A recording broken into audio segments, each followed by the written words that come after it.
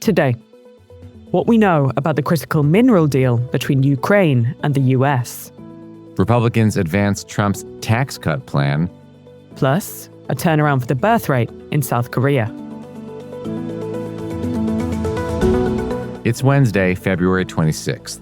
This is Reuters World News, bringing you everything you need to know from the front lines in 10 minutes every weekday.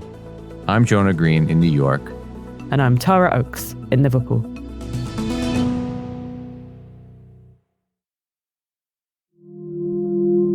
Just days after US President Donald Trump was exchanging verbal blows with Ukraine's President Volodymyr Zelensky, the countries appear to have agreed a minerals deal.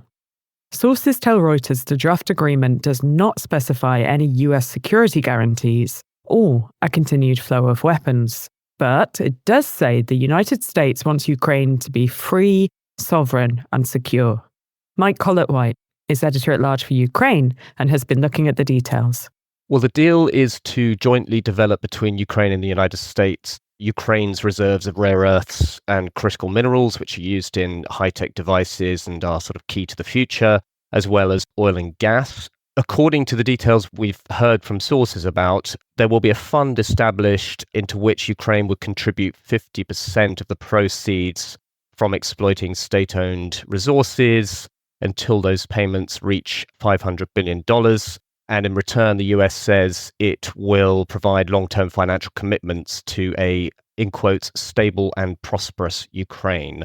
What's not in there is the most interesting thing, and that is there is no mention of American security guarantees, which is what Ukraine had originally wanted from this deal.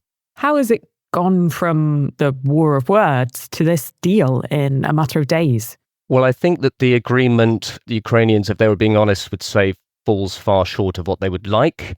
But the opening gambits in these negotiations over the last couple of weeks were deeply worrying to Kiev. I think the thinking in Kiev and for President Volodymyr Zelensky is, look, we have to engage.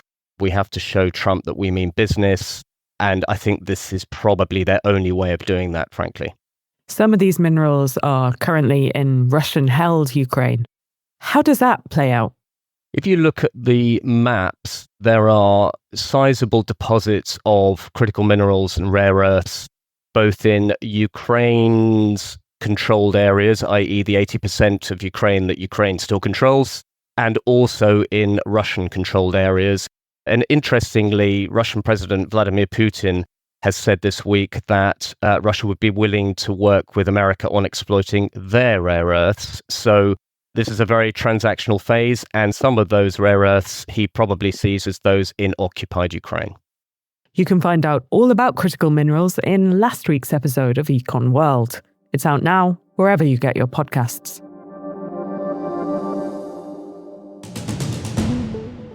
Israeli warplanes have targeted the Syrian town of Kisweh, 12 miles south of the capital, as well as the southern province of Daraa.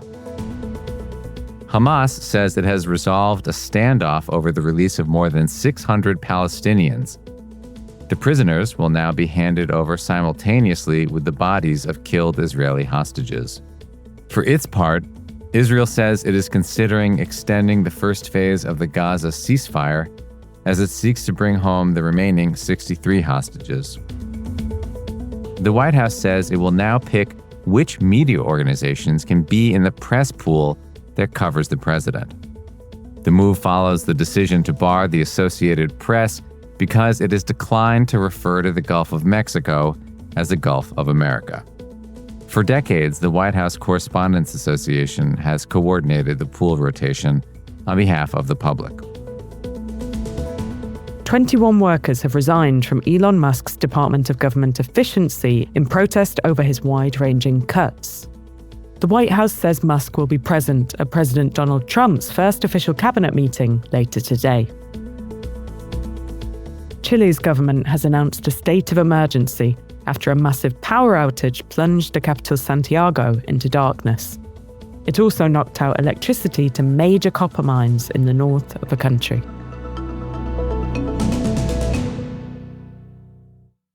The U.S. House of Representatives has advanced President Donald Trump's tax cut and border agenda.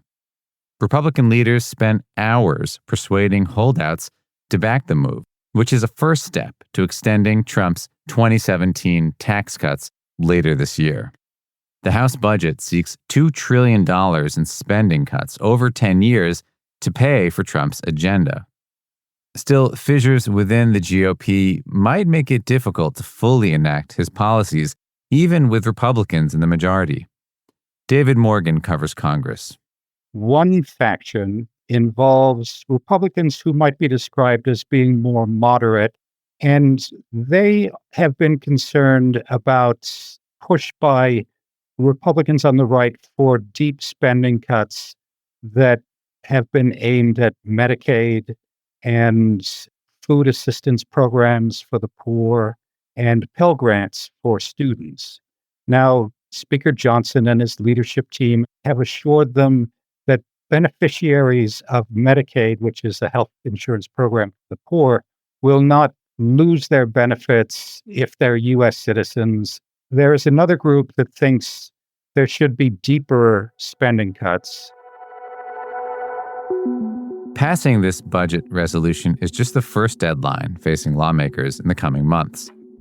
They'll also need to enact spending legislation to prevent a partial government shutdown when current funding expires in 3 weeks. And later in the year, they'll need to act on the federal government's self-imposed debt ceiling or risk triggering catastrophic default.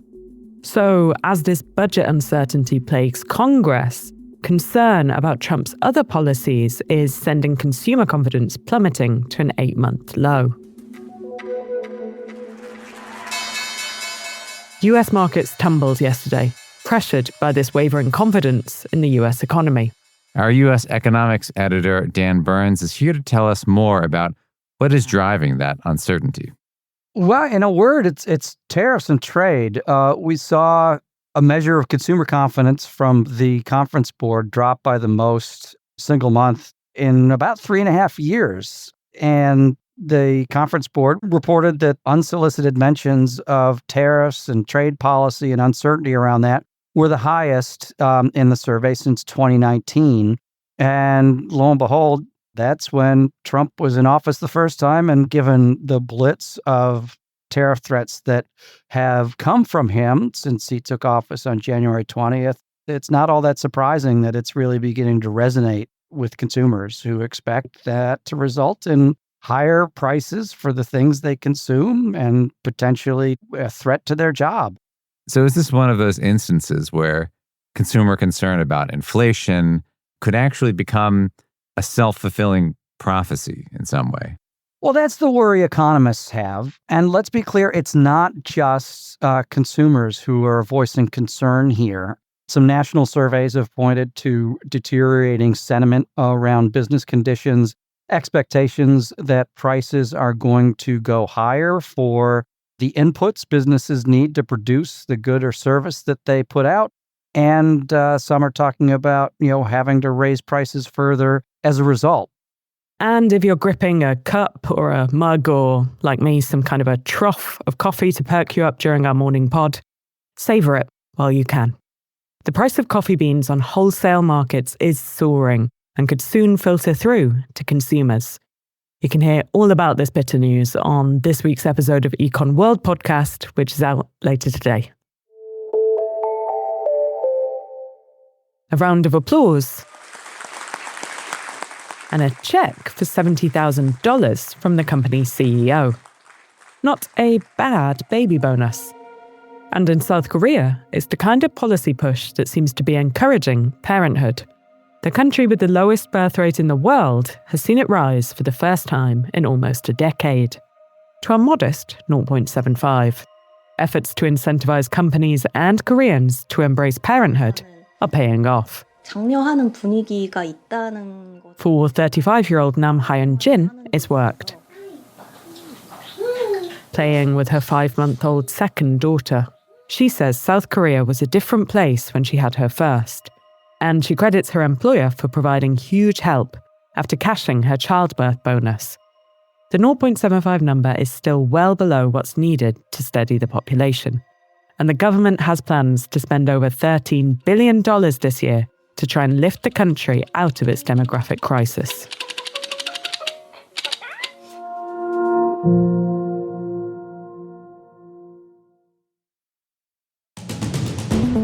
Our recommended read today takes us to Moscow and a cold December morning in 1975, and the extraordinary efforts to smuggle a Nobel Peace Prize acceptance speech to Oslo.